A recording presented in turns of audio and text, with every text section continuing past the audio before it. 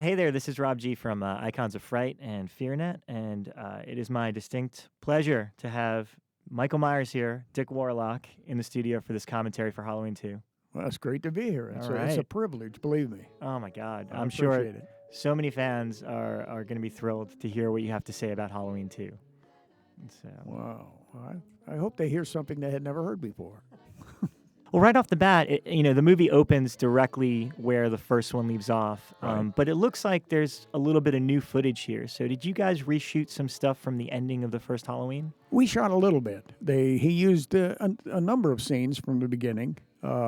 In fact, the scene that'll come up here where Michael raises off the floor, that was what I used as my impetus to play the character the way I did. That kind of a mechanical kind of thing. And then when he does the fall off of the balcony, which is a little bit later, we had to use a ramp because I tried it without the ramp. And since Jim Winburn did it originally, he did it on the back of the house. And the railing around this little balcony is a little bit, it hit me right behind the knees and it would turn me over on my face. So the only way I could land on my back was to do it with a ramp, but you'll see. But you see when Nick Castle raises up here off the floor, Yeah. how mechanical it is. And he turns on the beat of the music, which I thought was just great. Yeah. So you'd gone back and seen the first movie, and this was specifically the moment that you were kind of drawing from for the way you portrayed Michael Myers. Exactly, because not having seen Halloween 1, I really didn't know how the character looked or what he. And here's another one: how mechanical that looks when he raises up. Did a good job. See, slow, methodical, Yeah. and that's the one I grabbed onto. And really quickly, how did you get the part of Michael Myers? Because you were actually initially called in as a stunt coordinator for this project, right? Yes, yeah, I did. This is Tony Moran here in this particular sequence, but yeah, I had done Escape from New York with Deborah and John, and through that, when Deborah started this movie, she called me in to be the stunt coordinator, and of course I had to go meet the director, which I did, and on the way to meeting him, I found the mask, put it on, went to his door, and he just stood there and looked at him, and he, who are you? Who are you? So I introduced myself, and he said I could play the part if Deborah didn't care, and she didn't. The rest is history. Yeah. Now, it's funny, you just pointed out this tidbit to me, and I actually counted. How many shots does Loomis fire right there? 7. 7. Yeah. And a fan brought that up to you. Yeah. I hope he's right after me repeating. You know, yeah, I just counted. I've never noticed before, but he does actually fire 7 shots. Yeah, I'm not hearing the track.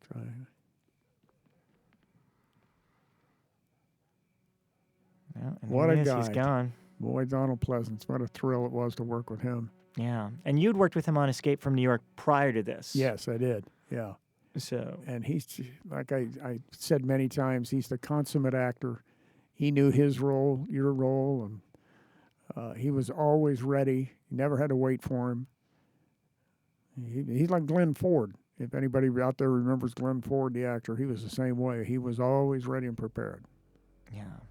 And I think Look at that. his work in this film in particular, I think, obviously he's great in the original Halloween, but this solidified him as kind of Michael's arch nemesis. He became like the Van Helsing of this series. Absolutely. Without him and that character, you wouldn't have a movie. Yeah. All the other ones, the peripheral people, were all important. You don't want to take anything away from anybody. But, yeah. Here's the famous theme song. And as we go into the credits, why don't you talk a little bit about kind of your history leading up to this point, starting out as a stuntman and meeting John and Deborah for Escape from New York. Yeah, well, I started out, lived in Ohio and moved out to California when my folks went looking for better employment and so on, and worked different jobs and worked at a movie ranch where we did live shows for 3,000 to 6,000 people on a weekend. And through that, I met a fellow named Bill Ward who wrote, produced, and directed a movie with Marty Robbins called Ballad of a Gunfighter. And that got me into the Screen Actors Guild, and it was touch and go for a while, but I finally went to work at Disney and met Walt Disney himself, and he took a liking to me. And I found out 8 years after I met him that he wanted to make an actor out of me, much like Kurt Russell or Dean Jones or what have you. but he passed away shortly thereafter, and the heads of the studio, primarily his son-in-law, didn't feel the same way. So, but I stayed there for 8 years, so I must have been on his list, which was a good thing. And met Kurt Russell there, got in his contract, and did all the shows he did. And on Escape from New York, when they hired him, since I was in his contract, he had to put me in there too. Mr. Carpenter did. And through that came Halloween 2, and The Thing, and Christine, and, on and on. Wow. Quite a relationship. And I love working with John. He was so cool, so relaxed. And Deborah was neat too. She really was a neat lady. Yeah. Now, you mentioned Disney before. That's where Kurt Russell got his start, right? He was making Disney movies when he was very, very young. Yeah, he was in his teens at that point. I don't know who he was employed by when he did the first movie with Elvis. What was that called? It happened at the World's Fair. He's the little boy that kicked Elvis in the shin to give him the bruise so he could get next to the girl, the leading lady. And then he did a series called Jamie McFeeters at MGM when he was about 9. So he started out as a small child, and went a long way and is still going a long way. Wow. I like that his first appearance was in an Elvis movie, and then he did an Elvis movie with John Carpenter. That was what was so neat. Yeah. So when did you first start doubling for him? Because obviously you did a lot of films with him and Carpenter. Yeah. Computer Wore Tennis Shoes at Disney was the first time I met him. He was 17, and we celebrated his 18th birthday on that film. And then, like I say, his father said, Kurt, why don't you get Dick in your contract? He looks so much like you. When we're at home and we see the films, we can't tell you apart. And of course, being a young guy, and he just wasn't concerned with all that. And he said, I don't know how to do that. So he said, I'll take care of it. This is Bing Russell, his dad, who played the deputy sheriff on Bonanza for years. And another wonderful guy. And he got me into the contract. And when they hired him, they had to at least ask me. So I was asked, and the rest is history. It's 25 years. Tango and Cash was the last movie I did with Kurt. Wow. All right, so here we are. This is in South Pasadena, if I'm not mistaken. Right, this location. Right. This house here, this alleyway is across the street behind the houses that were across the street from the Myers house, although I guess it's supposed to be a different place. No, it wouldn't be. No, because he got up and walked a few blocks away. It would be actually the alley behind. And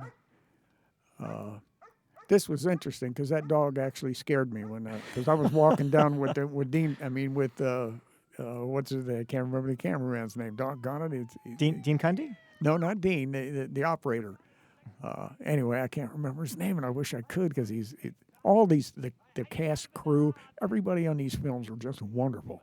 And you hate to leave anybody out when you're talking about them, We will apologize in advance and give you props on the internet later.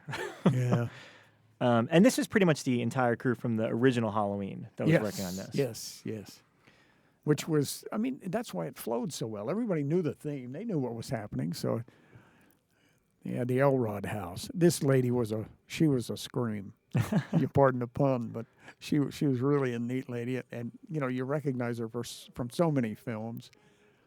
And yeah, I've been on this alleyway in South Pasadena, and this house looks exactly the same still. It sure does. And I ended up with the knife that she's using that I pick up and take away with me. Mm-hmm. I ended up with that as well as some other mementos when the movie was over. And I thought this was interesting here, the Romero movie. Yeah. And I didn't even know at that time that's what was going on. I didn't realize that that's what they were watching on television. Yeah. And I've learned a lot from the fans about these different movies over the years doing the conventions.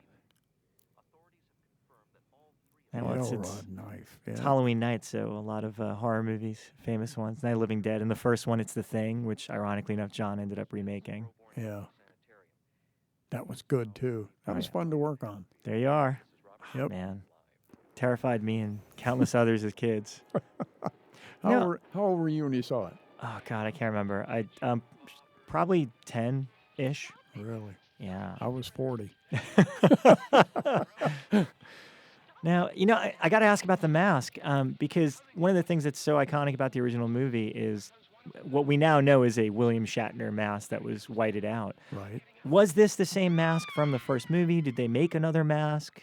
Deborah told me that when the movie was over, she stuck it in a box. I don't know whether she said a shoebox, but a box. Now, this is an added scene that John Carpenter directed. Right. This here.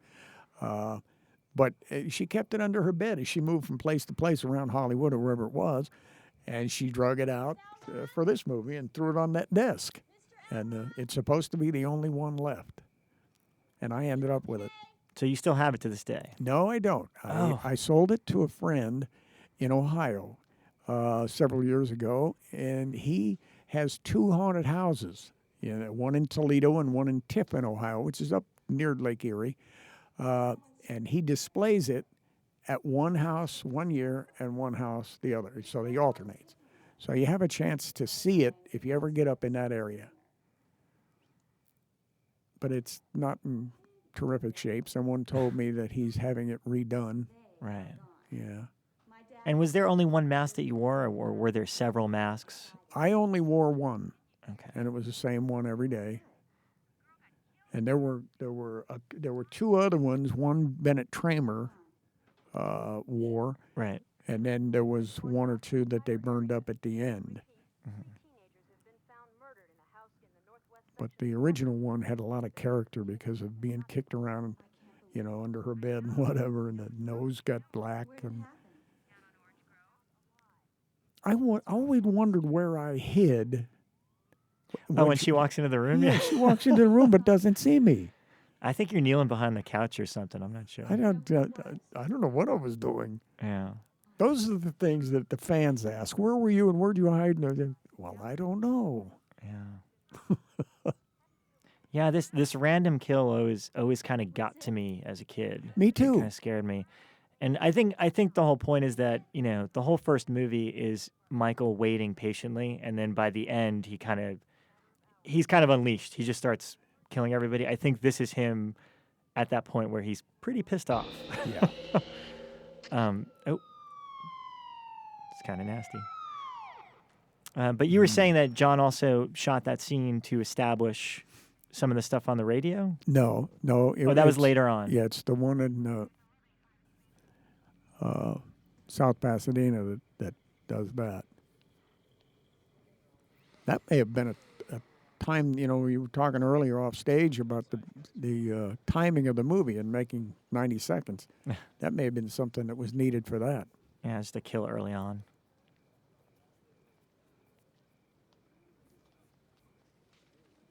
So it's kind of sad to see the characters from the previous movie no longer with us. Yes. But there's Jamie Lee. Yep. And this was a couple years later, so she's wearing a wig, if I'm not mistaken. Right. And I thought they matched it pretty well. Now, I guess if you see pictures side by side, you'd say, oh, no, there's a difference.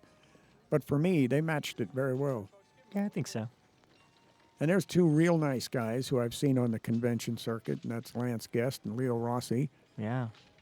Lance, as I understand it, he's touring right now. Of course, right now maybe 3 years later, but as we speak, he's touring as Elvis in a play that's traveling around the country. Oh, wow. Yeah. It all comes back to Elvis. Doesn't it? It all comes back. So what was your experience with these guys? Was this the first time that you had met them on this show? Yes. I didn't know either one of them prior to this. That's the ambulance. There's a picture circulating around out there with me holding a Coca-Cola can at the back end of that ambulance. Uh-huh. Yeah, they did a couple of endings of this one. Yeah, I was going to ask about that when we got to some more significant scenes, but it seems like there's variations on a lot of the scenes, like different takes, in particular with the kills. Right. Because I remember catching this on TV as opposed to on videotape, and I'd always notice different versions of scenes. Uh-huh. And this is to keep with the Halloween tradition. Little kid biting down on a piece of candy with a razor. This always kind of disturbed me as a kid too. Yeah, that's Ty Mitchell, and I now see him as a handsome young guy at the conventions. That's the only scene he was in, but it's memorable, I think. Yeah. every kid's worst nightmare. Yes. Now, where was this hospital? Where did you guys shoot all this? I mean, was it at an actual hospital? Or? Yeah. Well, throughout the movie, we changed several different places. One was in Morningside Hospital.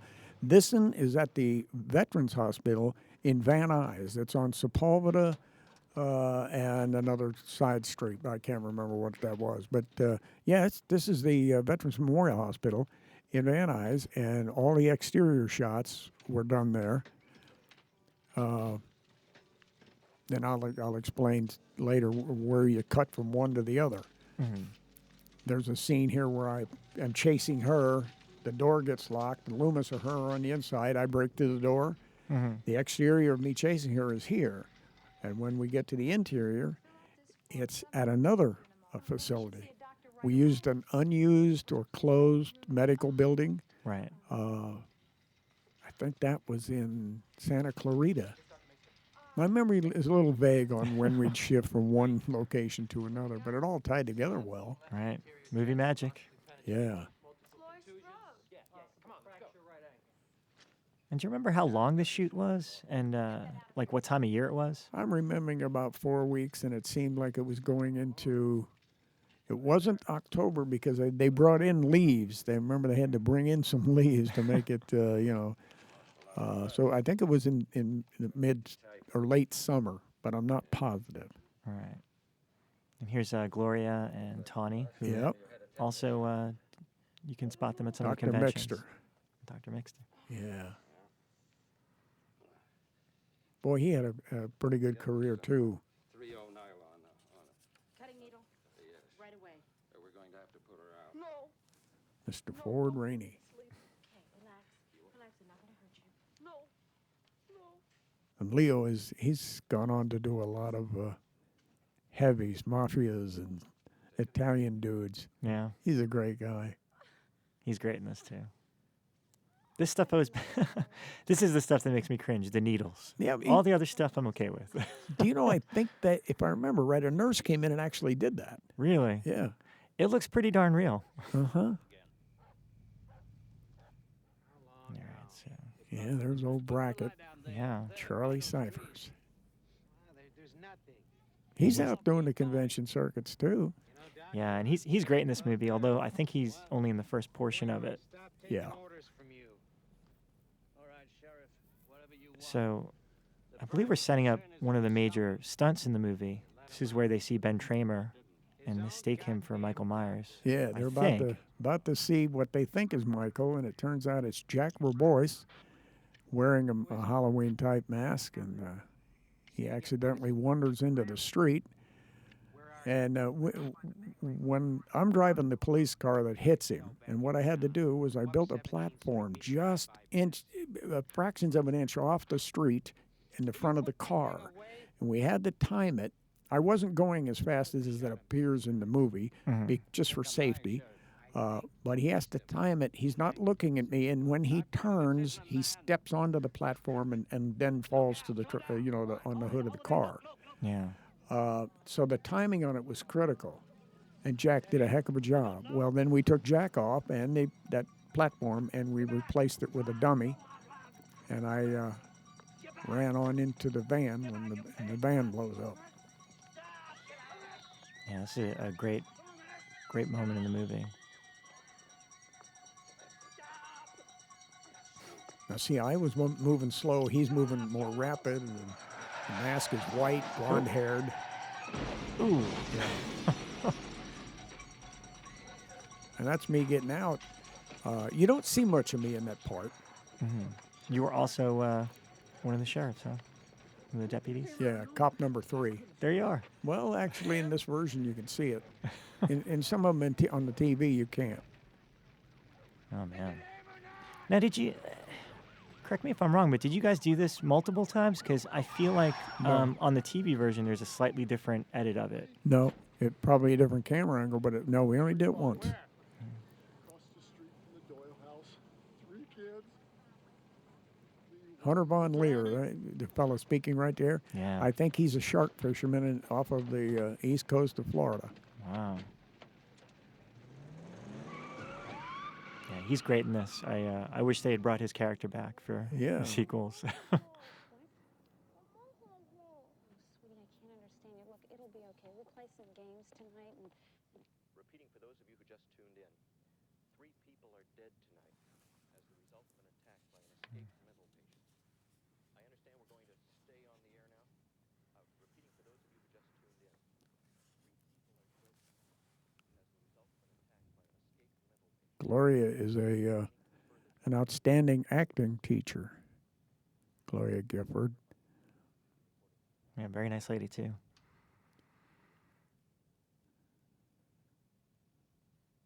Here's Lance and Jamie Lee Yep.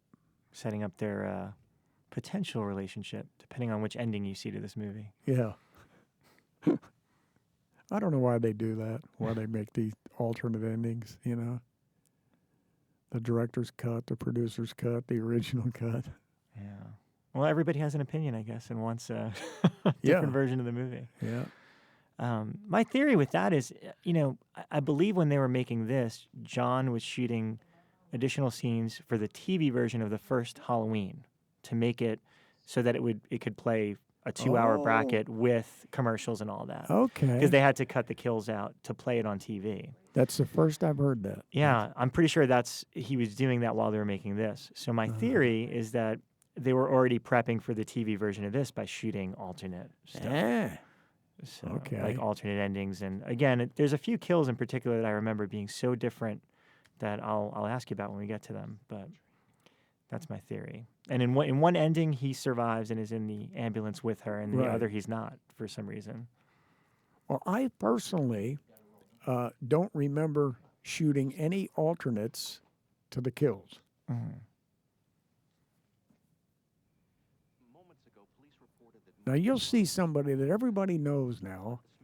He's back there. I think that's him in the blue vest and the blue hat. And his name is Dana Carvey. And we all know Dana Carvey. And that was one of his first jobs. That's him right there. Oh my God. And he's just a kid. But that's our boy Dana. you need the parents' permission. Wow. And, I don't know anyone that's ever brought that up. That's pretty amazing. Really, yeah, that's Dana Carvey. Not now. And there's a scene coming up here where two little boys, run up to Sheriff Brackett and Loomis and ask about, have you seen Bennett Tramer? Right. And they respond something, and they say he's wearing this funny mask. And I think that's when they realize that that's who they shot rather than Michael Myers, or who was killed in the accident, rather. Yeah.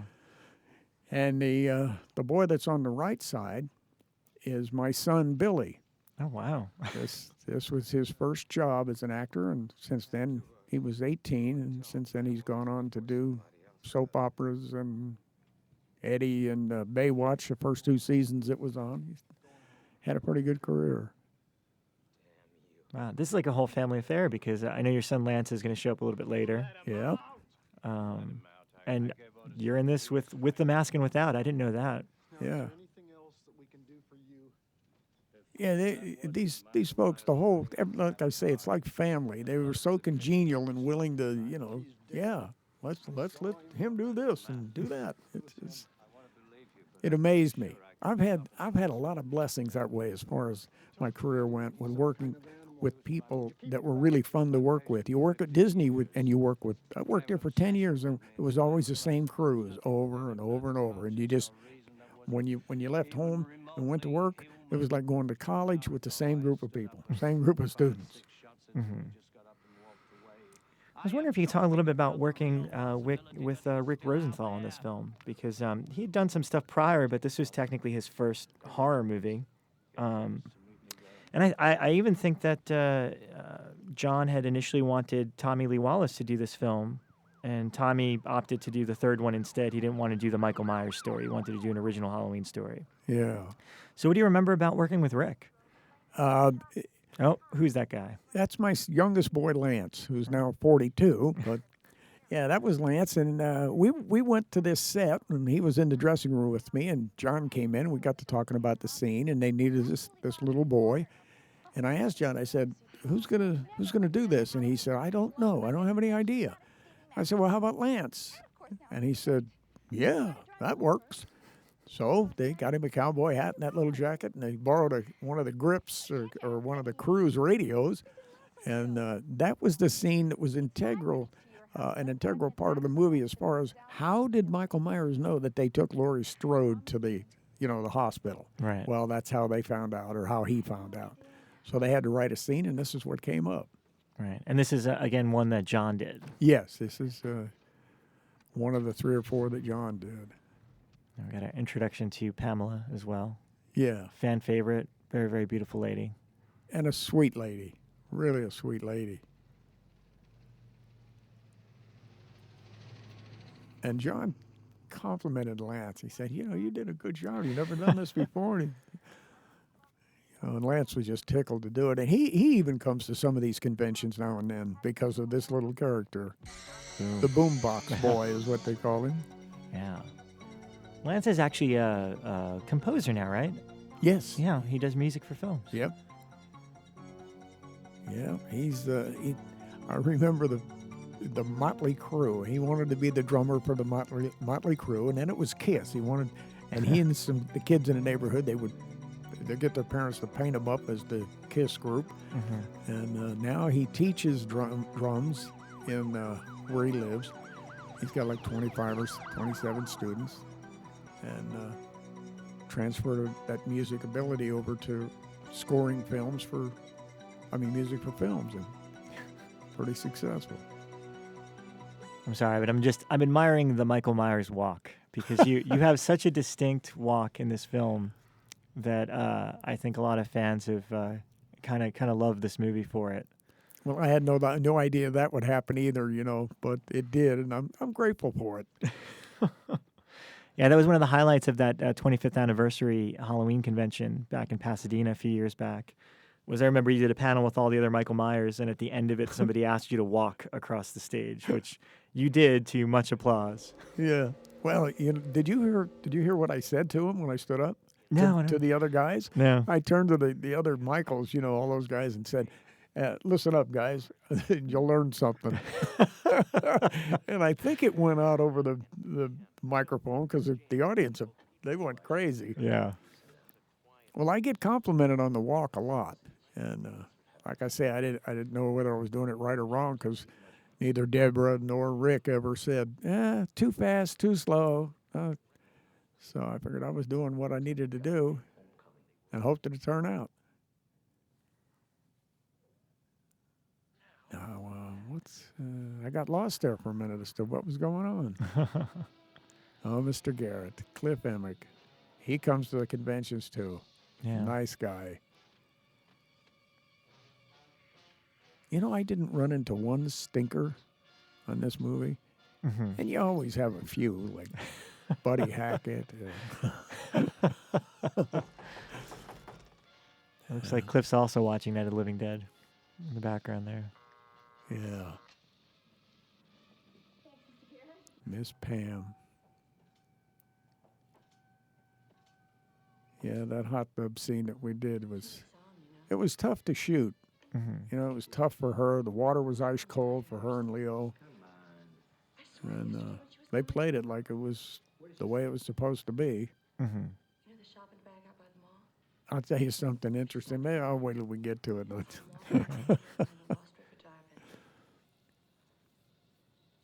Those two boys played totally opposites. Yeah. Which is the way it should be, Yeah, Leo was Leo's a kind smart of aleck, and yeah. And Alicia. Yeah, I think all these actors did a really good job at just being likable. They did. Kids, I think for a lot of us watching, we really kind of, related to these kids. Well, when they're so good and nice and likable, that makes that other guy in the green coveralls that much more hateable. Mm-hmm. Yeah, I know. No. And she was perky and fun. Yeah, I think Leo got the better end of the stick with the hot tub scene. Yeah. Sorry, Dick. Yeah, he did. they had to get in there in that cold water, totally naked. You know, a lot of times they'll wear a bathing suit bottom or whatever they can get away with, but they just gutted it out and did it. Look, it could have been Ziggy, you know. And it could have been your brother Mark who pulled out of there. All right, so what do you want me to do? Look, Jimmy. I mean, as a stunt coordinator, was this? There's several gags throughout this whole film to pull off. I mean, was this any more difficult or than previous stuff that you've done, or was it pretty straightforward? No, they were all pretty straightforward. I'd done a fire burn before. This one was hairier than anything I'd done up to that point. Or as I understand it from the stunt guys in the community, it was one of the better ones that had been done at that point. Of course, Firestarter, when that came out, we did some hellacious stuff in that one. But the other things were just, like you say, pretty straight up, a car running in and blowing up, and you work together with the effects team, and that's just part of the stunt coordinator's job. You know, you work with wardrobe if you need wardrobe for a stunt double, or hair if they need wig or mustache or something like that. Prop department, if there's any workable props or anything that has to break up, you get it made properly and scored properly. That's the effects guys, so the furniture breaks when it's supposed to and what have you. And I'm surprised that, I mean, this is kind of a shocking scene. I know that the audience, I thought myself when I did this, that the audience is going to be thinking, he's going to kill a baby. Fortunately, I didn't have to. But Yeah, but there's that weird, subtle thing where you're thinking it. see him back there? Yeah. I wonder how many people notice that. I know the big fans do, but just the general public watching it. Yeah, And it's little interesting. babies in the... Did you follow any of the, the other Halloween films after this and see kind of how other people had taken what you started with this character and played it later? No, not for a long time. And I had the opportunity, when I talked to George Wilbur about him not telling me about the conventions, I said, hey, let me ask you something. Did you watch the first or second movie to see how to do your character? He said, no, I don't care what the hell you guys did. I mean, I thought that was really a strange answer. But then when I saw his movie, then I realized he didn't watch the first two. Yeah. Because he played it a little bit different, I thought. Yeah. And each one that did it played it a little different. My very favorite, and they all know it, is Brad Laree. I thought he did the best. Yeah, Brad did a great job. And Brad said, well, I went back and watched the first two movies because that's the ones I hear about. So that's what he did. Mm-hmm.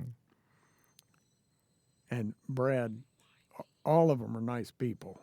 I mean, Chris and Brad and Don and George. And, you know, I've known George and Don, well, George especially for years because we're in the same group, you know, stunt group. Mm-hmm. And, of course, Don's a stunt guy from up in the Utah way. And that's where they did number 5, I think it was. Yeah.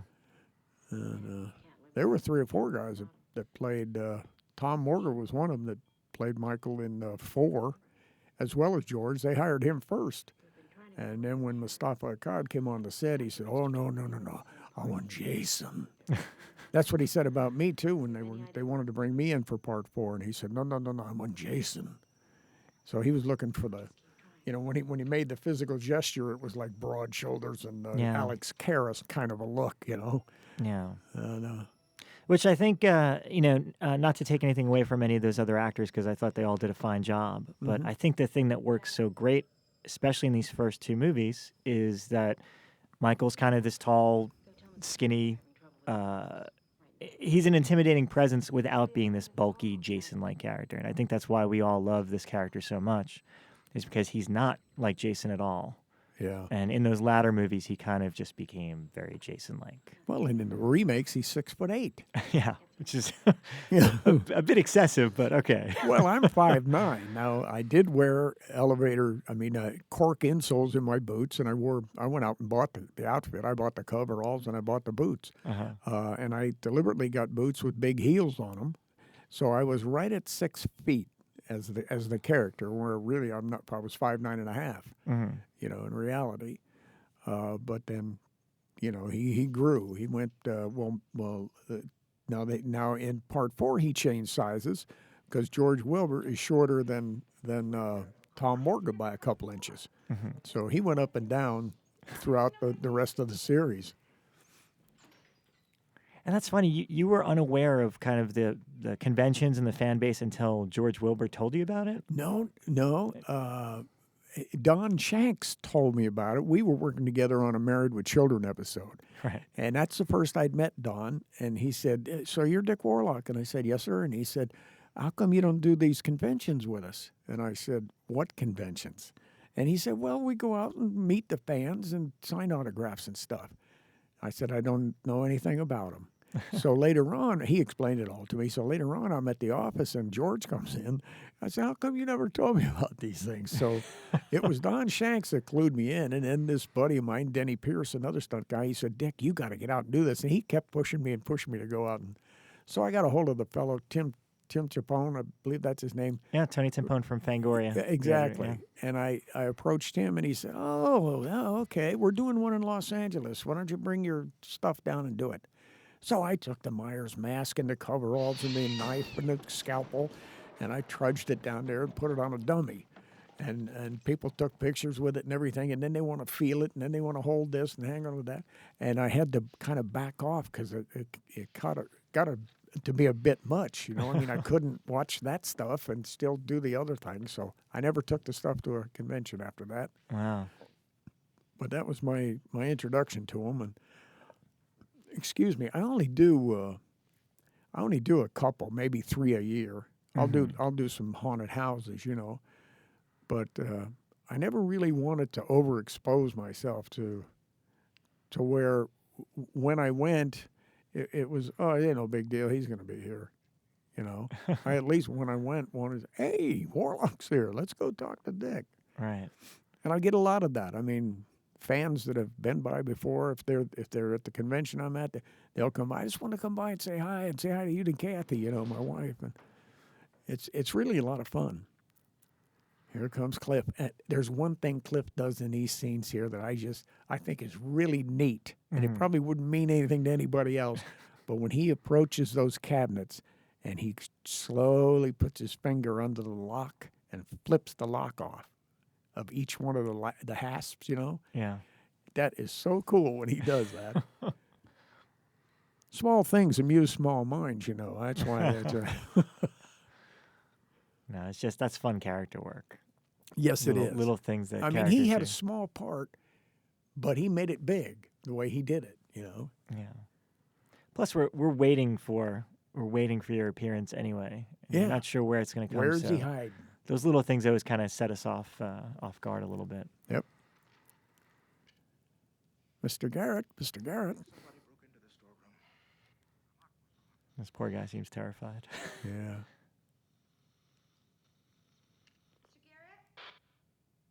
I knew her the least, and I would say that Gloria Gifford, I knew her the least too. Those are the two that I never really got to get close to or friendly with. And Gloria, I never really worked with directly. I didn't do the kill scene with her. Oh, I that's was right. there as a coordinator with Diamond Farnsworth, who did the fall for Lance Guest in The Blood, you know, and she was there on the table. But, you know, if I remember right, now I don't want to misstate this, but this is the way I remember. This is that scene I was talking about where he flips the locks off. Well, that was a little different, but there's another one. Well, Cliff, what are you doing to me, Mr. Garrett here? Anyway, what was I talking about? Gloria Gifford and Yeah, and Lance, yeah, and that scene where he finds her. yeah, and there's several scenes here that I don't remember.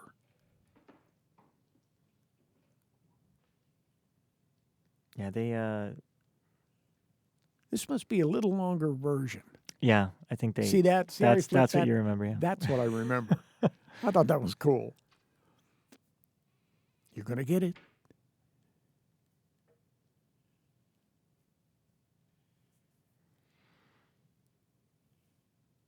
And one day they showed up with a little rubber head on a 2x4 post. Right there. Sorry, Cliff. Man. Yeah, I mean, some of these kills. I mean, that one in particular, the back of the hammer. Yeah. They're a little. You feel them. They're a little. Dare I say, mean spirited. They're what? Mean spirited. Oh, They seem. yeah. They seem Well, kind of. Michael seems very angry by this movie. well, like you said earlier on, he just gets angrier and angrier. Yeah. Yeah. Even the gums are charred. Look, Yeah, this is where they figure out that this is definitely not Michael Myers. no fillings. And I think it was the conversation with the boys, wasn't it? Or no, that hasn't taken place yet. Oh yeah. We check X-rays and dental records. But they don't know who it is. They know No, it's they not just- Myers, but they don't know yet who it is. And it's the boys is running up there and asking about Bennett Tramer, I think, Yeah. is the key to them. Yeah, it's going to come Aha. up because they know this is a kid as opposed Yeah. to Michael, who technically should be 21 by this point. Yeah. South to the bypass.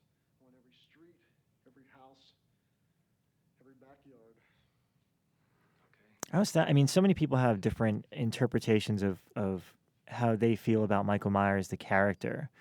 I'm just curious for you, obviously playing him, that whole backstory from the first movie, just this little kid, 6 years old, and for no rhyme or reason kills his sister, and then sits there for 15 years and doesn't say a word, and then gets up and does it again. There's just something creepy about the idea of no real reason. You know what I mean? I can enjoy the remake as entertainment, but I never liked when they'd explain or over-explain a character why they do what they do. I think that's what made Michael Myers so scary. Yeah. Is that there was no rhyme and reason to his actions as a kid. So He was just born evil. yeah. So I mean, what's your take on Michael Myers? I mean, have you ever read up on any real life killers and kind of drawn comparisons?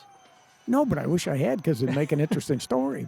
But no, like I said before, and I will continue to say it was a job, and I did it the way I thought it should be done, without any research, with not knowing anything about other than what I saw on screen of the original movie, and fortunately it came off okay. And I don't know whether I don't know what to attribute it to as far as my personal knowledge, you know. Mm-hmm. Haddonfield was a pretty quiet town before tonight. The only Yeah, this is the Flick Your Bick introduction, but we don't know it at the time, do we? Yeah. It's going to come into play much later. Yep. Yeah. I remember. On Halloween. I was 16 years old. It's his anniversary, Mr. Hunt. Yeah, Loomis retelling the story. Came back. I was waiting for the two boys to come in. I know they come in Yeah, here this is it. They're going to come up in a second. real soon. But that's the other thing is them kind of retelling the story, and then the deputies saying, "Yeah, I remember I was 10." It's just interesting. It adds that whole almost like that folklore mythology to the Michael Myers story. Like every town has some kind of story about something that happened there. So Yeah. I always thought that was neat that this could have happened in any town. Yeah, it's a sanitarium or it's a hospital or something, but you're right. There's always a story. Yeah, I know. Here they come. That's Billy there on the right and Jonathan Prince on the left. He isn't home yet. Yeah, and he left the party at 10. It's only a little Billy after being my oldest son. 11, boys. He was real drunk. How old is he? 17. He had this stupid mask on. Was this his first acting gig? Because you said he went on to continue acting, Yes, right? yeah, that was his first real. This is- He had one job before this on a television series where he had one line off in the distance. Mhm. Come on outside and see what's going on. And that was it. It was on a series that he was working extra in.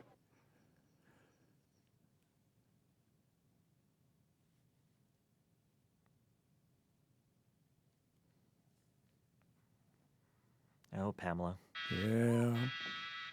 There's not enough nice things we can say about Pamela. I can't put my finger on it. I just remember when she had first started appearing at the conventions. It was a big deal for a lot of fans to meet her. Absolutely. I mean, it's just a testament to her work in this film that she kind of just became one of those likable heroines from. Yeah. for this group of fans. Yeah. She also has a group of fans from the other television shows that she's done Yeah. and movies. And I don't think she's doing anything anymore. We keep in touch, not as often as I'd like, but via email. And I haven't seen her at a convention for a while, but I tried to get her whenever I could. I would bring her name up. You got to bring Pam Shoup in. Yeah. And Leo, I think he has his own agent. I wish I had. And I think she does too now. Use these on When you try to do it on your own, a lot of times you miss out. And I've always chosen to do it on my own. There are a couple of people out there that act as agent for a lot of the stars that come to these conventions. And I've just elected to do it my own way, and that is not have one. And finally, I took on a guy who I said, oh, you can do Europe, anything out of the country you can have. You get me a job someplace, fine, you get your cut. But Wow. So you've gone to Europe for conventions? not yet. Not yet. So see, he's not making any money off of me, I'll tell you.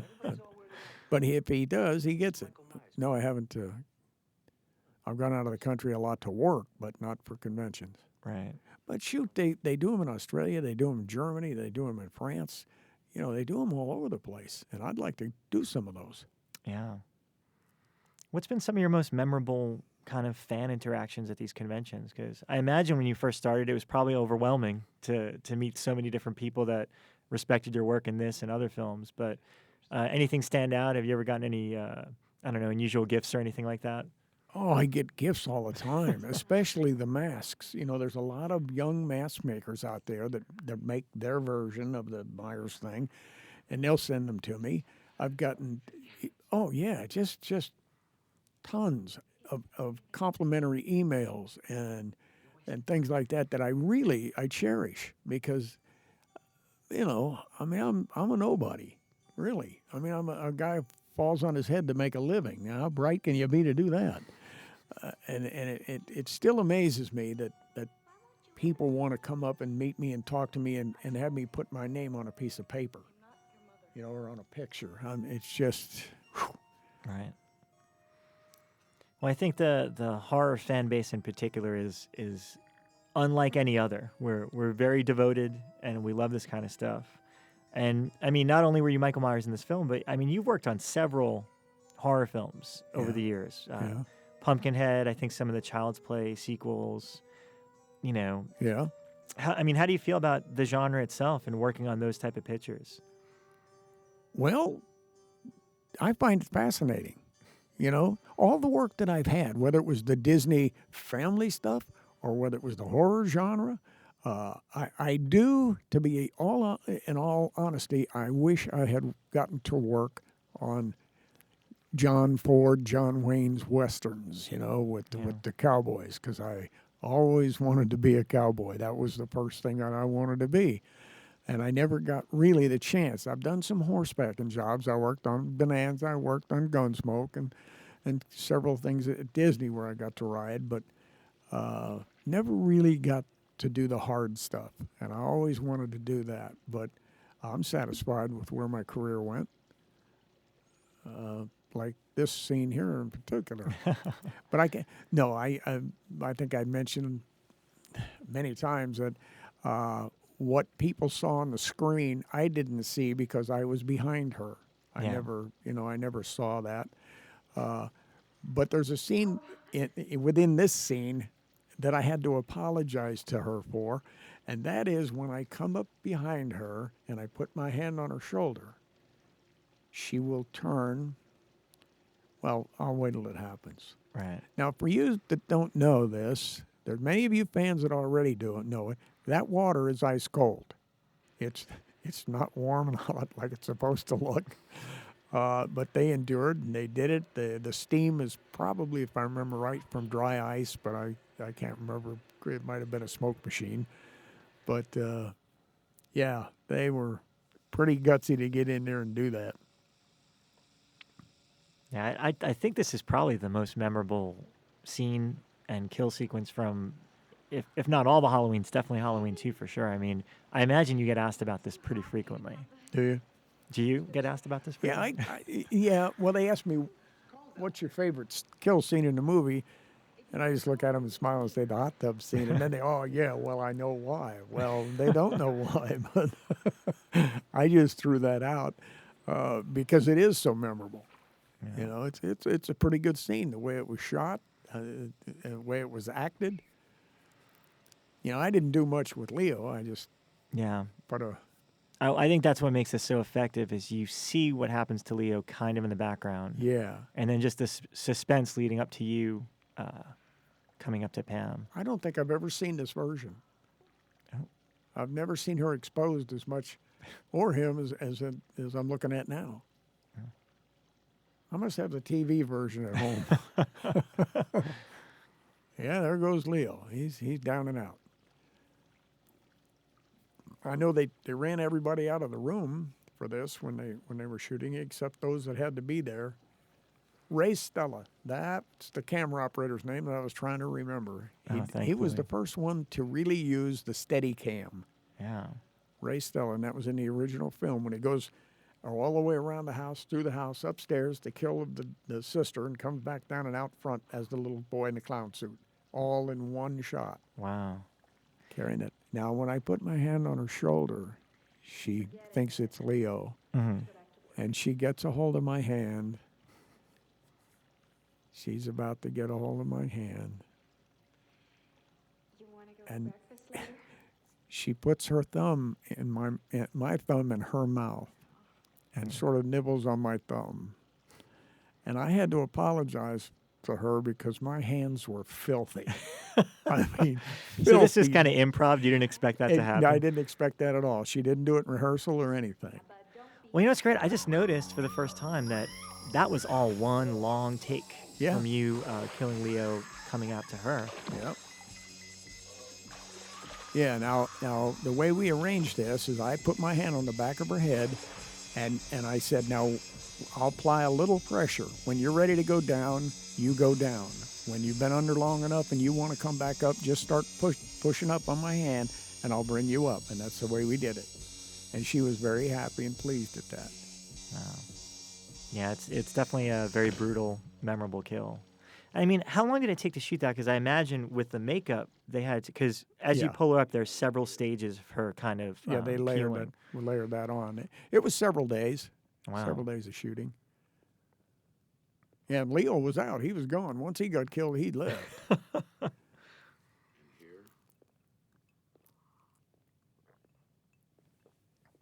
Yeah, this is to establish a little bit more backstory for Michael. Yeah, Sam Hain. And I never understood Sam Hain. When people ask me about it, I don't know. I was around when they shot these scenes, but I wasn't involved, so I wasn't really paying a lot of attention. Well, I mean, as the story goes, as I've heard it, is that John was writing this and having a lot of difficulty figuring out a reason for Michael to go after, Jamie Lee Curtis's character. Right. And late one night, in a somewhat drunken slumber, he decided, I'll just make it his sister, Yeah, just like the girl at the beginning of the first one. And that's what all this establishes. He's, the knife right through the picture of the sister there, and yeah.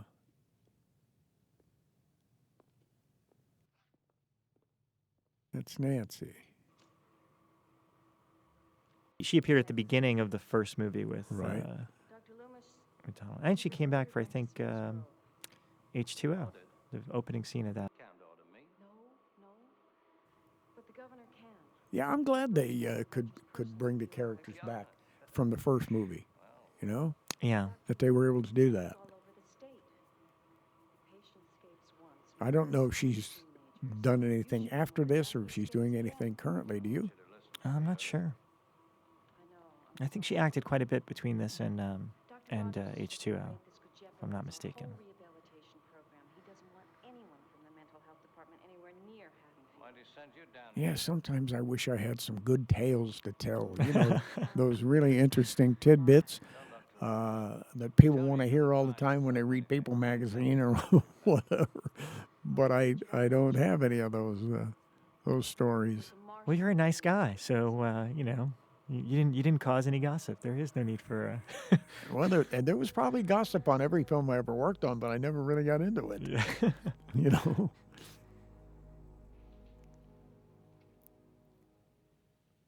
She looks like she's dead there. Or at least catatonic. Yeah, that's a good one. Catatonic. That's a good word. I mean, I know I speak for myself and a lot of the fans out there, but the general setting of a hospital is always a little creepy. I mean, even just going to hospital in general, there's always kind of a sense of unease.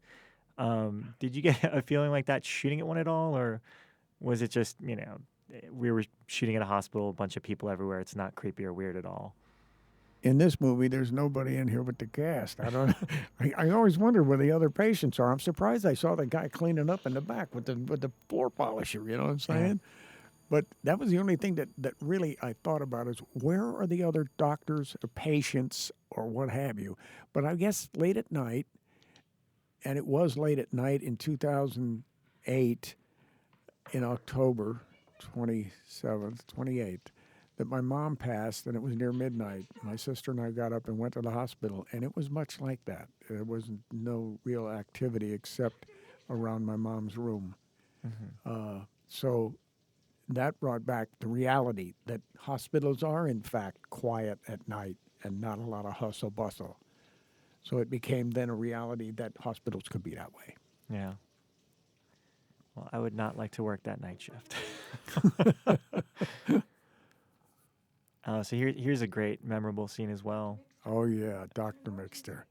Now, when we rehearsed this scene where she backs up from the desk in shock and horror, I grabbed her, put the needle to her head, then let her go. She hit her head on the desk, and she bonked herself pretty good. And that, again, was one of those things where, on the one hand, I'm wearing the stunt coordinator hat, and on the other hand, I'm doing the actor hat. So I was very concerned about her welfare. When we actually did the take, as you'll see, she missed the desk and everything went fine. I thought this was very creepy, the way she backs up and Michael comes into evidence in the background. It's a great homage to in the first movie when you first see him behind Jamie Lee Curtis. Yeah. Doesn't that look real? That's very nasty. Of course, Ford went through putting the eyepiece in his eye and all of that. That was, yeah. And I stole this head tilt from Nick Castle or whoever did it in the first one. And, I just, that was one of the moves that I copied and brought into this character. And I thought, and I don't remember in the later movies if he ever did that. Did he ever do that? He does it occasionally. Does but he? I mean, I think you kind of set the precedent as, well, Dick did it in the second one. That's one of Michael's things. Yeah, it was. And again, I owe that to either Nick or Lee or Tommy Lee or whoever did it first.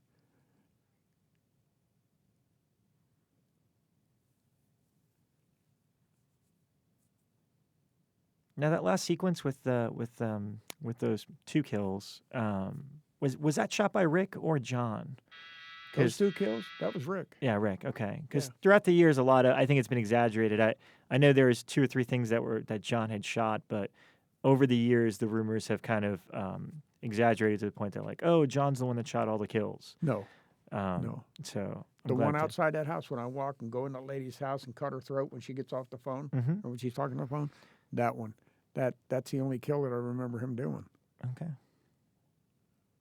Well, now the record is straight. Well, that's my memory, my story, and I'm sticking to it.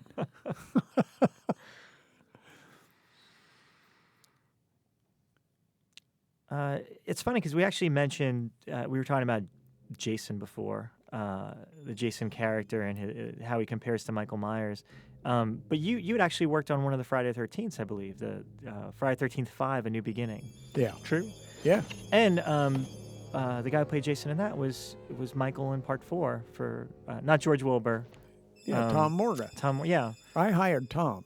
Well, I got Tom hired. What it was is Danny came to me, Danny Steinman, the director, and he said, Dick, and now I met Danny through my friend Stan Winston, the makeup artist.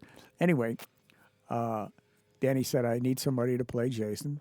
Bring in some guys and let's have an interview. And I said, okay. Well, I wanted Tom to do it from the beginning. So I brought in John Hawk, Tom, and another guy. I can't remember who that was. But I told Tom, I said, what he wants you to do is lie down and go to a sitting position without using your hands. Just raise up to a sitting position like you're coming up out of a casket. Okay. And John did that. I mean, Hawk did it and the other fellow did it. But Danny called me over and he said, now, which one do you like? Which one do you think ought to do this? I said, I like Morgan. I think he should do it. So that's how he got the job. Well, later on, John Hawk also did a couple of scenes in that movie as my Jason character. So, yeah, that's and then Tom is the only guy to ever, I think he said he did Scream. He did Leatherface. He was in the Leatherface costume. He's been in the Freddy costume. He's been in the Jason costume and the Myers costume. So Wow. he's the only guy living that's been in 4 or 5 of the different costumes. That's great. Yeah. This is great. Very iconic shot of you walking down the hallway. She's. I think she's. Well, I'm not sure. So. Now, I don't know if you remember, but was Jamie on set for a good portion of this? Because I always thought I had read that the reason she was wearing a wig and she was off doing some other fairly big movie. So her coming back for this was a scheduling thing. And I mean, she's not in the movie that much if you really pay attention until the finale. So Yeah. I was wondering if she was there for the whole shoot. And Probably like most actors, they only are there on the days that they have to work. And it would depend. When we were doing the hot tub, no, she wasn't there. When we were doing Gifford, no. We're hanging Tawny up in the hallway, no. So there was a lot of days that she wasn't there. And I would say this end portion, when she's doing most of this stuff, and the bedroom, not the bedroom, but the hospital room where she's in bed, we probably did all that pretty much in the same time period, a week and a half, or whatever it took. The exteriors of the hospital were done at the same time. The exit, leaving the hospital in the ambulance at the end, where she gets out of the car after her and Lance are, that whole scene where she's chasing me around, or I end up chasing her and getting shot yeah. by the sheriff. That was all done at one time. So it's done in bits and pieces and totally out of sequence. Now I end up doubling this cop, John Zenda. They take off down the road and Loomis ends up telling him to turn around. He doesn't. I can't do that. Loomis fires a shot and the car spins around. Oh, you did that, huh? That's great. Yeah, I was spinning the car around. That was the only really what you might call a stunt that I did, besides the fire burn and the van, the cop car into the van. The rest of it was, I call it babysitting, but it's not really. The only time I really babysat was on the 2 Chucky movies with the kids. Yeah.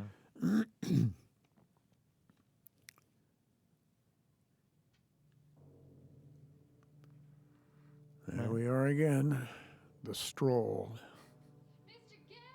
I think I'll go in here and hide behind a sheet.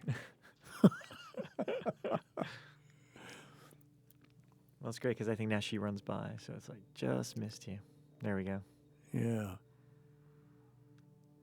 But yeah, I mean, you were Michael Myers. You worked on a Friday the 13th film. You worked on some Chucky films. So Yeah. I think you've Pumpkinhead. Pumpkinhead. I think you've had some history with all the great monsters as well. Somebody told me the other day, they said, Dick, you're going to be in the Universal Hall of Fame as far as monsters go. I said, I don't think so. But now I remember seeing a photograph of me standing behind that sheet back there. Yeah, and I'm pretty sure you are. I think they're going to cut back. Yeah. I think you're going to come in a frame right here. There we go. Okay, there it is. There it is. Yeah. Again, getting information about your sister by overhearing these two. You always wonder about the bad guy. He walks very slow, but he catches up with the people that are running. Yeah. you wonder how he gets from one place to another so quickly, you know. But that's the history of movie making in scary movies. That's the way it's done. Do you have theories about that? About how the stealthy killer's very fast? Yeah, I do. Yeah, I do. That's the way the writer wrote it. That's what. that's what that's all about. Yeah, there are some modern day horror films that do answer that question. They do? Yeah, I don't know if I'm allowed to talk about it on the commentary, but I will tell you after we're done. One in particular, really funny one, that involves doing a lot of cardio. Oh, yes. Okay, the writing's on the wall. I can read between the lines on that one. Yeah. And I'm sure savvy genre fans will know which film I'm talking about. This is always creepy, too. Yeah, that's Gifford. And Diamond Farnsworth is the fellow that's doubling Lance here. So, I mean, as a kid, it always kind of confused me, but terrified me at the same time. So Michael literally just bled her out. Wow. Yeah. Yeah, but if you're at a kid of 10, you don't know about bleeding somebody out. No, I mean, you just see that, and it's just now you just might know if creepy. you live on a ranch and you're used to hunting with your dad, you know, and they're bleeding out the deer, but Yeah, I mean, again, another creepy aspect of Michael, just treating them like, the way you would yeah. bleed out an animal. And that, I mean, that always creeped me out too. I mean, was this technically, because the way that they have two alternate endings always confused me about what happened to this character. But I would guess that gave him a concussion or... You would think so. I mean, he went out in his car and passed out, didn't he? Yeah, yeah. So it was always ambiguous about, like, if he died from that or if he just hurt himself really, really badly. Because I think in the TV version at the very end, he pops up in the ambulance with Jamie Lee, and he's got like a bandage around his head or something. Yeah. So we're like, oh, I guess he's all right in this version. You want him to live or die? Depends on the version you watch. Yeah. Now look at that, your handiwork. You don't want anybody leaving. Yeah, and see, there he is. He's out there punching holes in this, but he can stand behind a sheet and listen to the to the fans out there. I wish I could answer all these questions, but I can't.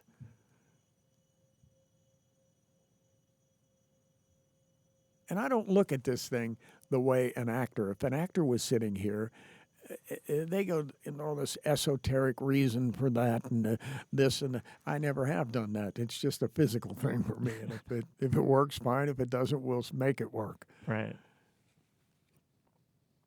And I guess that's why I suck as an actor. You know what I'm saying? That's one thing I did realize that I can't do. No, we all think you're terrific in this, and it definitely requires a bit of acting. I didn't say anything.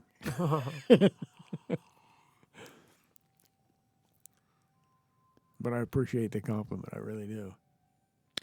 How long did you do stunt work until? Because I mean, obviously you're not doing it anymore. But No. I think you worked all the way up till Spider-Man. Spider-Man. You did Spider-Man. I 02. I started the live shows in '56, the end of '56, and I ended basically at the end of '02. Spider-Man. That was the last one. Mm-hmm. And it was fun. I mean, I wish I could have gone on with Kurt, but circumstances caused an end to that. It was he was still 165 pounds, and I'd quit smoking a year or two earlier and gone up to 185.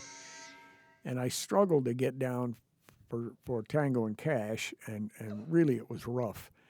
And because of the different personalities that were on that show, I had to tell Kurt, listen, man, I can't do this anymore, and I don't want to be on a show where I'm not wanted. Wow. And he said, well, nobody will put the clothes on but you, Dick. And he went to bat for me. And I think when I look back on it now, you make good decisions, you make bad decisions. I said, no, I can't do it. And he said, can you find me somebody else to take over and continue doubling me? And that was really the last time we spoke. Oh, wow.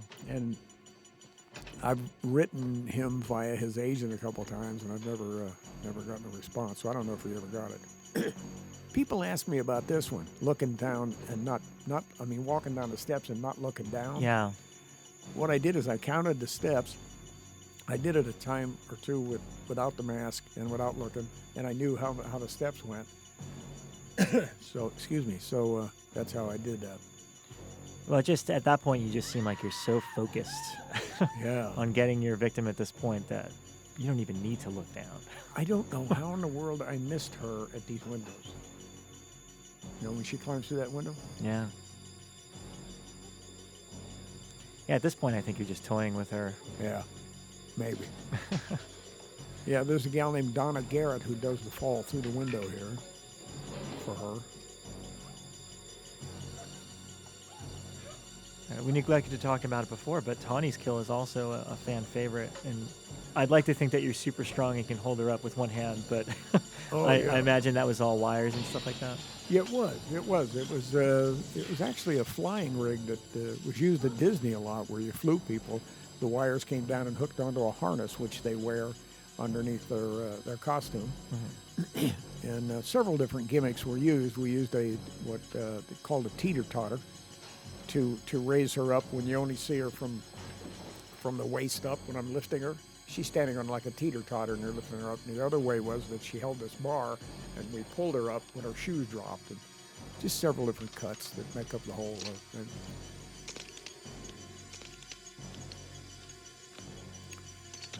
Now here I'm a little too slow. You know, I could have taken 2 steps more and been in the elevator with her and had her, but... Yeah. I also love your choice. Your weapon of choice here is this little scalpel. Yeah. There's just something creepy about that. I could have done real numbers on her with a scalpel, though. And I mean, did elevators ever do this? Because anytime you put your hand in front of an elevator, it always automatically opens again. Oh, yeah. So did they ever do this where it wouldn't reopen? I never understood that moment. No, it didn't open up. It just stayed there. Now she gets a quick little breather here. Now, he went from being in the basement. I don't remember where he went after that. I know he shows up and chases her through that doorway. Yeah, it takes him a few minutes to get to the other side of that elevator, I guess. Now, this is some of the exterior shots at the Van Nuys Veterans Hospital, Veterans Memorial. Was it an active hospital when you guys were shooting? Or? Yeah. Oh, yeah. And it is today, as far as I know.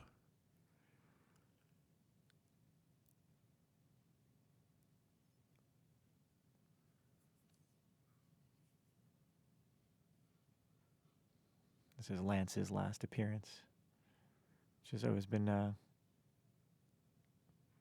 interesting little moment.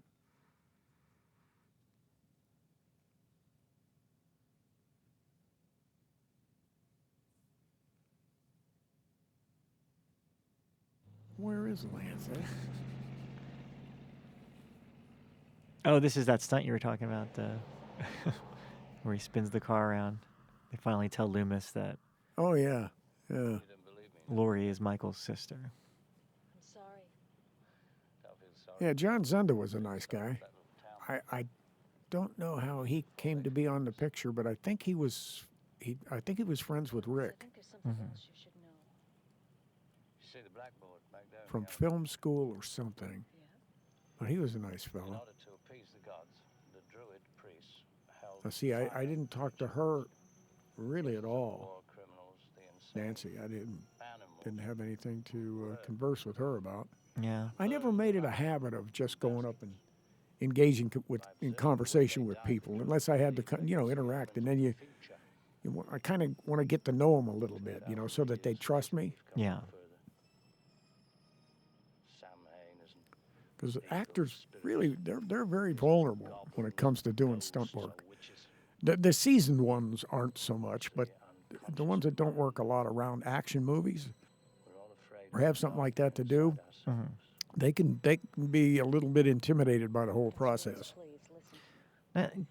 Correct me if I'm wrong, but didn't you do several bits of uncredited work on some pretty big movies, like things like Jaws, Blazing Yeah. Saddles, stuff like that? Yeah. What was your role in some of those, and Well, in Jaws, I was doubling Hooper in the cage. Oh. There were two of us that were involved in that, and on the IMDb thing, I didn't even know about putting your name on there or whatever.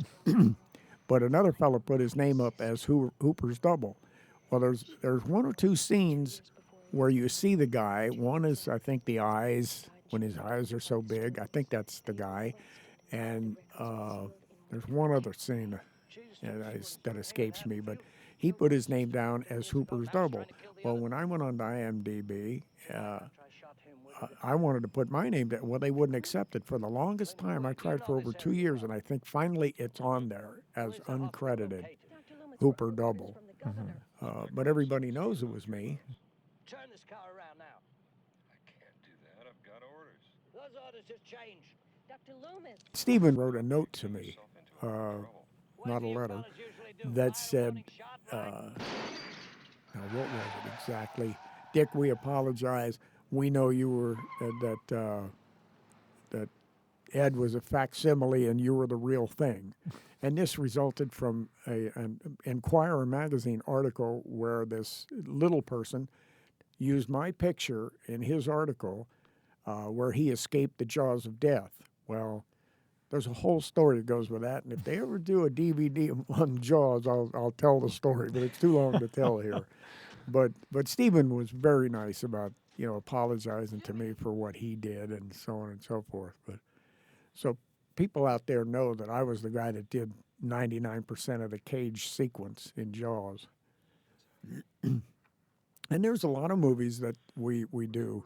I was a coordinator on a picture for Mel Brooks called Spaceballs, and none of the stunt people got credit. I got credit, but that happens a lot. I never got credit at Disney for anything I did over there. I drove Herbie and Herbie Rides Again and Herbie Goes to Monte Carlo, and I worked in the original Love Bug with Dublin Joe Flynn and several people, Michelle Lee and Buddy Hackett, Benson Fong, but never got credit. So I never got credit for Dublin Kurt when that happened. But now, I missed something here. When did Lance jumped in the car. There you go. He was in pretty bad shape. Right. She woke up. He passed out, and his head hit the horn for a very, very long time. And now we... Also, Lance is in, I believe, Jaws 4: The Revenge. So there's Yes. another little side note. Yeah. It all interconnects somehow. It does. It's a small community. It's a small community. If you're fortunate enough to be in on it, it's a lot of fun, and you can make a dollar doing it. Now, like I said earlier, this is the exterior of the hospital. And when Michael finally arrives at the door and you look at him come through the door from the inside, it's a totally different location. What they've done is they hang a big black drape on the outside of the doors at the other location. They replace these doors with breakaway glass, and cue me, and the character walks through from this angle. This is a totally different location. And he'll come through and break the doors and get shot by Loomis. And falls down, and John comes over, the sheriff, and gets his throat cut.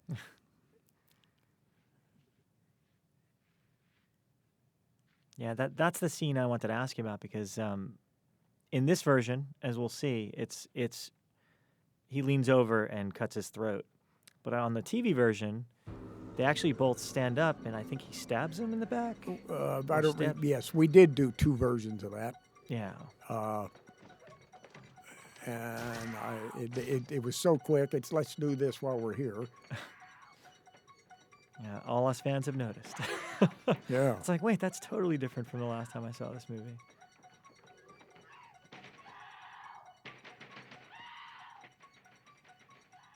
Yeah, this is all leading up to a pretty awesome ending. Boy, she is yanking on those doors, isn't she?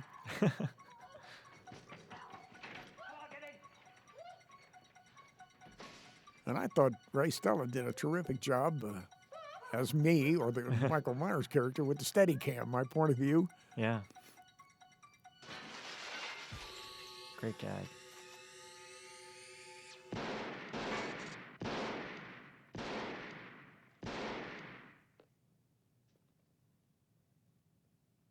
love this fall.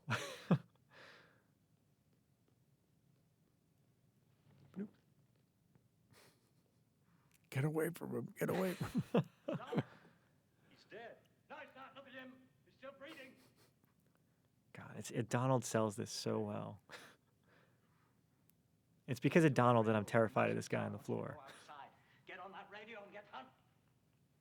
Now, wait a minute. I'm the only one authorized to use that. Move! I mean, how intricate was the filming of this whole kind of finale? I mean, because obviously it's going to culminate in this giant fire. Right. But I mean, was this like a big chunk of the shoot, trying to figure out how to do this whole ending? Away from him. No, Rick had it all laid out. He knew exactly. Oh, there we go. That's a little bit gorier than the TV Yeah. version. You know, I'm often asked about the shots in the eyes, Oh yeah. which we get to in the operating room, how they did that. It was just a great showdown. I always look at this as the showdown between you and Loomis, which Yeah, it is. There's a fellow named Jesse Wayne who got me the job on Jaws. He was asked to do it, and he said he was busy, and so he turned my name in. I stopped at this drinking fountain, got a drink in a rehearsal. I figured it would appear in some, Some version of it. Yeah, some version or whatever, but it didn't. maybe somebody will dig up an outtake. I wonder whatever happens to all that film that's not used. Some of it's hiding out in a warehouse, and some of it gets destroyed, Probably. unfortunately. It's under the bed of Berna Field's bed, right? And now it's in her estate, and nobody's ever going to see it. Well, Jesse is doubling Loomis when Michael breaks through the door and takes Stabs him him. out. Yeah.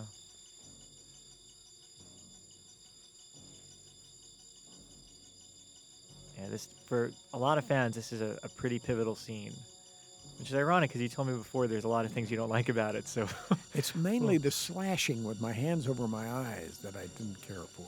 yeah, I like it when she shoots the eyes out of the character. And Take it.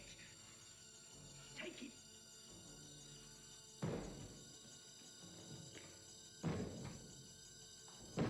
hello, please let me in. yeah.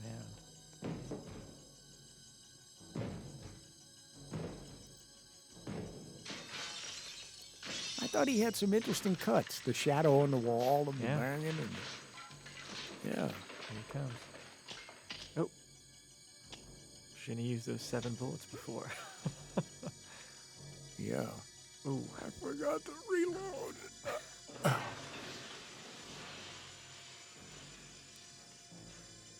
Yeah, I don't know whether you meant to do it or not. I mean, you have such presence in this movie, especially in this last scene.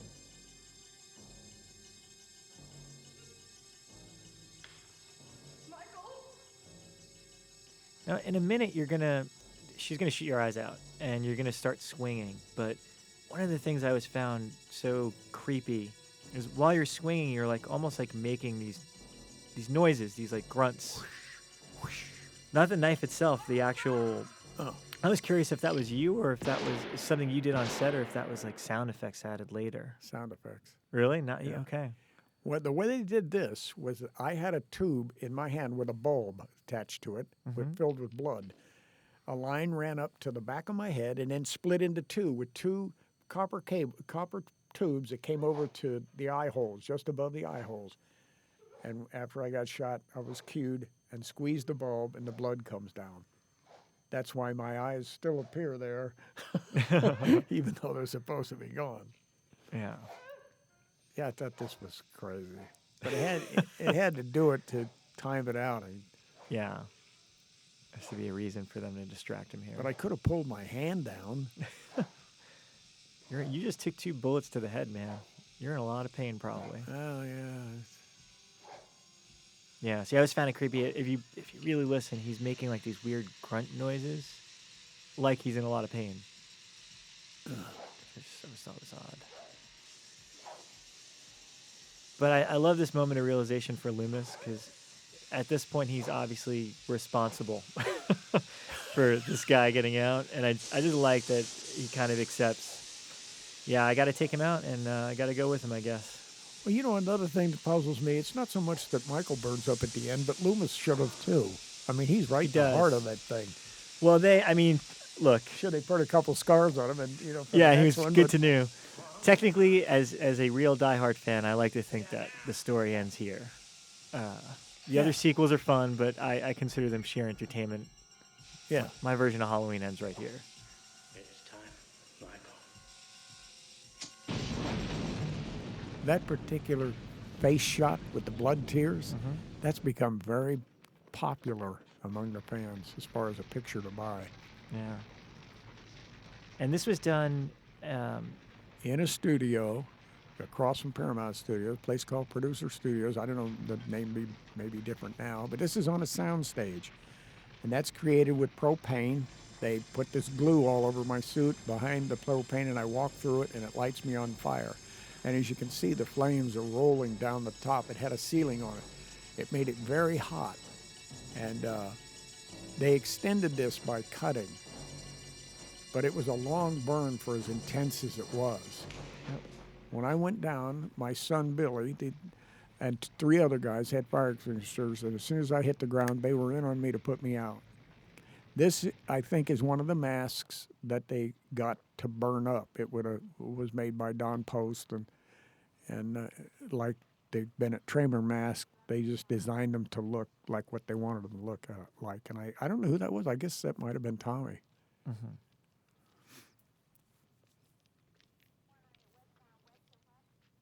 Wow. What's the count? 10. So far. It's kind of a downbeat ending. Yeah.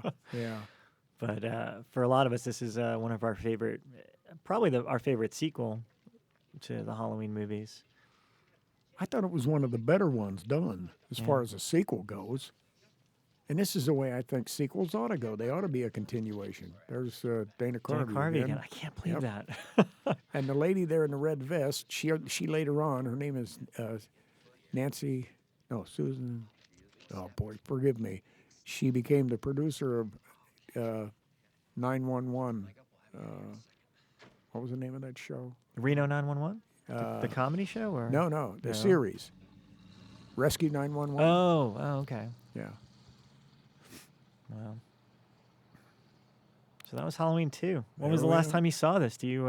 It's been a while. I'm not in the habit of watching stuff that, once in a while I'll go back to see a stunt I did or something. But Right. no, I mean the fans pretty well keep me informed on what's going on with it. But How does it feel to revisit it? God, what has it been? 30 years now since this one's come out. 30 About something. 30, yeah. yeah, I mean, it's well, I was 40 when we did it, and I'm 72 now. So wow. you figure it out. So it's at least 31 years. Yeah. Yeah, it's a great movie, great cast, and memorable experience for me. Mhm. And it continues on today by going to these things and seeing Charlie, Cyphers and Lance and Pam. And There you are. You're the Shape. yeah. You're listed as the Shape. People And ask me about that shape thing, and it's because they used the footage of Tony Moran as Michael Myers from the first movie that they had to bring him back. There he is, assistant Dana Carvey. Dana Carvey, yeah. Craig is Billy, and with the other boy was Jonathan Prince. That's right. Adam Gunn. And there you go again, Patrolman number 3. Yeah. That's great. Jack Verbois and Bennett Tramer. So yeah, I mean, how do you feel about whether you like it or not? Your legacy as one of the most famous horror icons, Michael Myers. That's still hard for me to comprehend. I mean, I know I've said it before, and it's redundant, but I don't know how else to put it. I try to be as gracious as I can with it. I'm grateful for it. It's a blessing. I'll tell you, it's a blessing to my family and I. The monetary rewards from it still continue to come into this day, Mm-hmm. you know. So what are you doing these days now that you're not risking your neck? Well, my wife and I have toured the United States on our three-wheel motorcycle up until recently, and I sold it. I figure at my age I'm getting a little too old for motorcycles, so I traded it in on a little convertible sports car. And we both had horses up until a couple of days ago, and she let hers go, and I've still got my quarter horse. And I'm probably getting a little too old for that too, since I just got a brand new knee. But we keep ourselves busy. We serve at a home. Well, it's not a home for the poor, but it's a place where they can come and eat for free. You know, it's called Kitchen of Hope, and we do that on occasion. And we have so many friends around East Tennessee where we live, as well as in Los Angeles and around the country. And right now, I'm here in Los Angeles actually to hook up with my sister Carol and my brother-in-law Harry, and we're going on a tour of the Southwest, some of the western towns down there, because I always wanted to be a cowboy. And we'll end up in New Orleans for a few days, and then on back to my house in Tennessee. Wow, that sounds great. And lastly, I mean, do you want to? I mean, I'm sure you interact with the fans on a regular basis, especially on the convention circuit. But for anybody watching this disc, is there anything you'd like to say about? I don't know, maybe show your appreciation or say something about us kind of remembering you as this character. Well, as far as being remembered as the character, I can't tell you how much it means to me to be a part of this. Just like when they did the 35th or the 30th anniversary, and I'm looking forward to the 35th. I don't know whether I'll get an invite. Hope so. It's as far as the fans go, I couldn't ask for a better group of people to come in contact with. The friends that I've made. It's been a rewarding, blessing experience. The Lord has been awfully good to my wife and I through this and through my whole career. He's been with me and guided me through it, and what a trip it's been. And I hope it doesn't end soon. So to all you fans out there and like my friends here who are doing this show, I thank you from the bottom of my heart. Thank you, Dick. Well, I speak on behalf of all of us. We really appreciate it. Thank you so much.